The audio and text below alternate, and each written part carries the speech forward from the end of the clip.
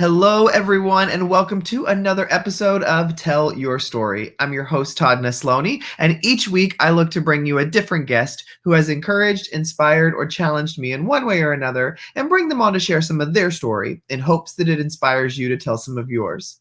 I am so excited about this week's guest, my dear friend, Julie Bloss, on with me. Julie, thank you so much for being here. Kind of tell everybody who you are. Well, thanks for having me here today. It's my honor. I am Julie Bloss, and most people in my community know me as Miss Bloss Applesauce. I am an early childhood principal in rural Oklahoma. And when I say rural, I mean rural. Todd, you've been to my hometown, and you know we are located on Grand Lake of the Cherokee in the very northeast corner of Grove, Oklahoma. And it is just a great small community where I'm so lucky to be the lead learner and lead reader of typically about 350 4 and 5-year-olds pre-K kindergarten. But this year with COVID numbers, maybe, I don't know, 250. So it's been a little bit of a different year, but it's still been a great year. For sure. And even though you are very rural, the area you live in is very beautiful. So I will say that for sure. But Julie, I always start with the same first question. And that is, as a kid, you're dreaming of what you want to be when you grow up. Does it align at all with what you're doing now? Yes and no. Yes and no. I wanted, this always surprises people, but I wanted to be a high school English teacher. Wow. I wanted to teach high school English.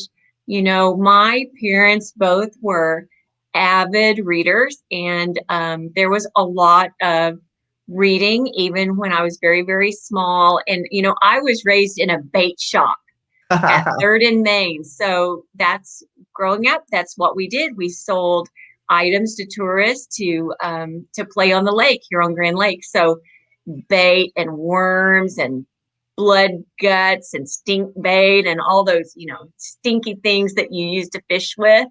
That's where I grew up. And in my time as maybe 7 or 8, the library was just maybe a block away. And when I was able to walk by myself to the library, that's where I would spend my time.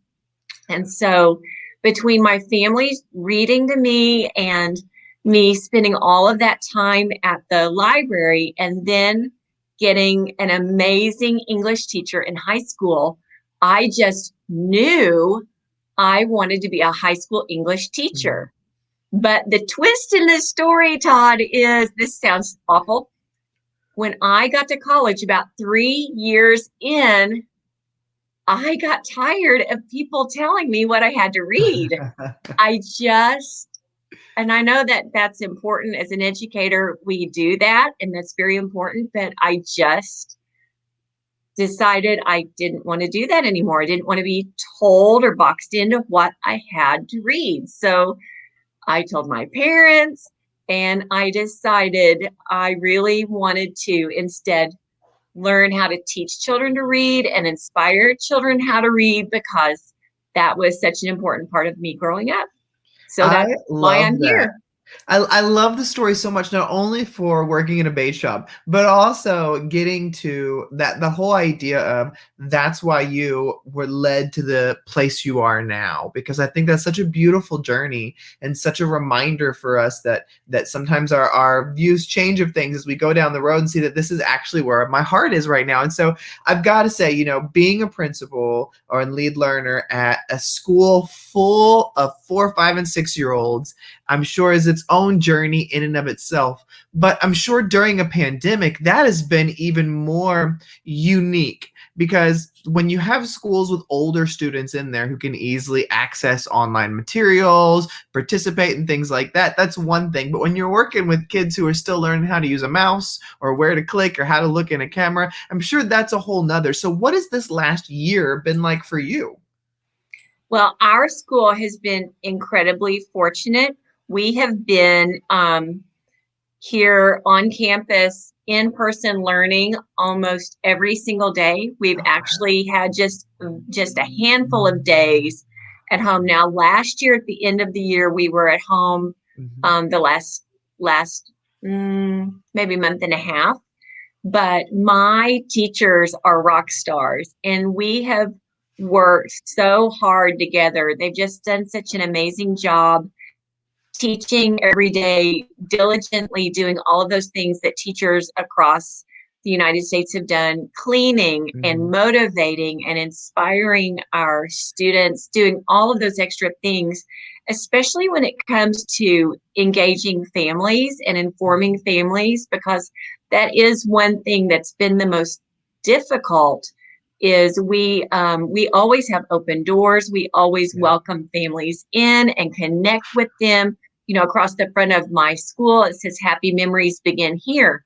And Mhm. part of that happy memory is bringing in our families and Yeah. really partnering and collaborating with them. And it's so difficult to do when we haven't allowed any visitor in the building all Mhm. year. We've just Right. been so bubbled in order to protect our Right. students and our staff.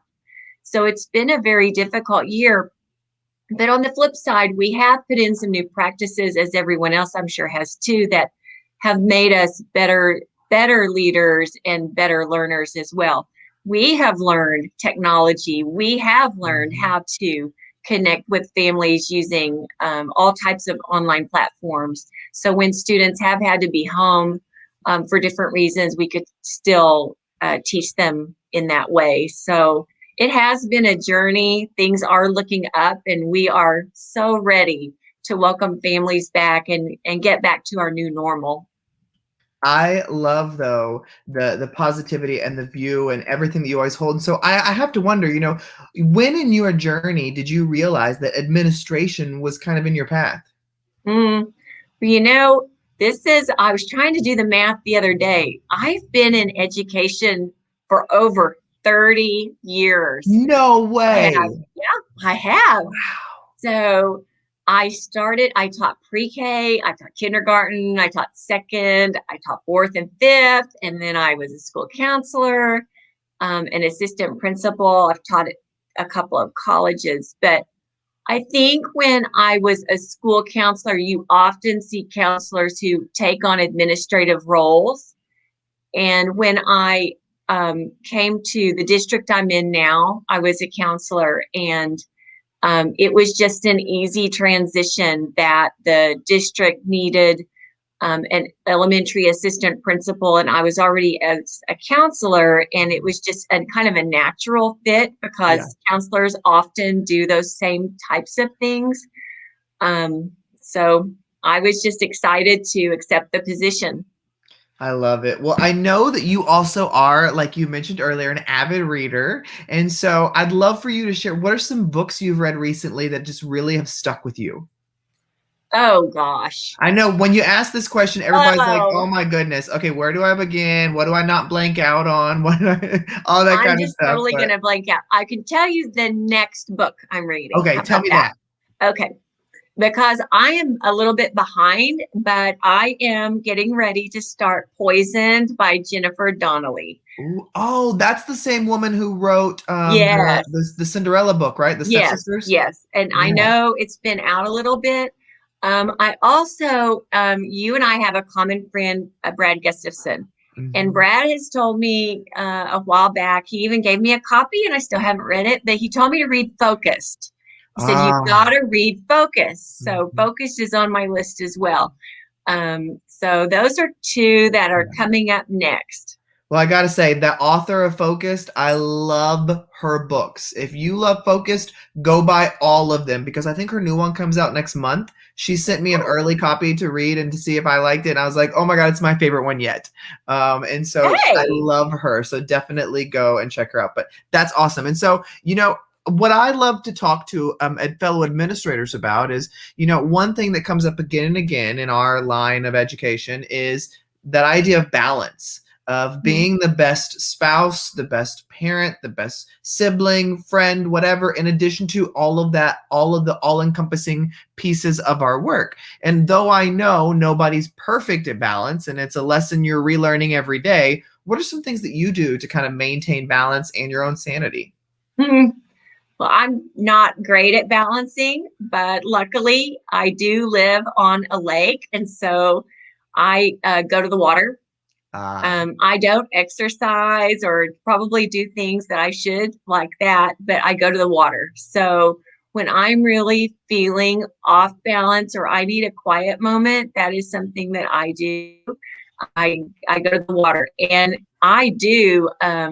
I spend a lot of time with my father jug lining, mhm. so we fish almost every single day together from spring break until November. So Oh, we catfish and crappie fish almost every day. So I think that time together just kind of helps me refocus and kind of connect back with some of the wisdom he can give me. I love that so much. And so, on the next thing of that, I would kind of take that further and think, every single person that I talk to, this is another question I ask because I feel like no matter how successful we become or all the great things we're a part of, we still have sometimes that inner voice of doubt or comparison or not feeling like we're the right person for the position because of other whatever. So, what do you do to keep doubt at bay in your own life? That is such a hard question. And I I ask this very selfishly because I always need all the advice for this part. Right. Well, I think that luckily I have such a great professional learning community, like a PLN or a PLC. Like Mhm. I turn to people like you and to so many different educators that empower me. Yeah. And so when I'm really needing that motivation or encouragement, there are so many different people that I may not know personally very well, but they just motivate me. And so luckily, thanks to technology, I can get that feeling of encouragement, and it's so powerful. And then when I get to see people in person or through technology, it's just such a great thing. And to have those colleagues that I can call up and say, "Hey, I'm really struggling here," or colleagues that know me well enough that can go, "Hey, I haven't heard Yeah. from you in a while," or "Hey, I've noticed you said this or you posted that," or "I can tell you're needing me or you need Yeah. to talk to me."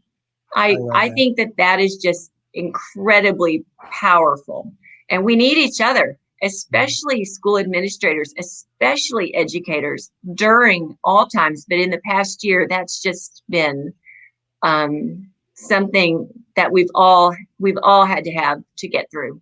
I completely agree. And you are like one of the sweetest people, and I love anytime I get to interact with you, which is why I've been so looking forward to this conversation today. But as I close out, I close with the same question every time, and that is for the people who are listening or watching today, if they just walk away with one thing, what is your one thing for them? Okay. So my one thing comes from my father, and he says, "You can never go wrong being kind." I know Mm. that's simple, it's very basic, but he'll say, I've told a lot of people throughout, I probably shouldn't say this, I've told a lot of people throughout my life they could kiss my hiney. Nobody ever did, but you can never go wrong being kind. Right. I So love I that. think that's it. And that is such a beautiful way to end this. Well, Julie, thank you so much for being a guest today. I really appreciate your time. Thank you so much, my friend. It's great to see you. And thank you everybody for listening or watching another episode of Tell Your Story. Remember, you can check out all the past episodes wherever you get your podcasts or videos. It's there. I hope today's conversation with Julie has encouraged you to get out there and tell your story because every story matters.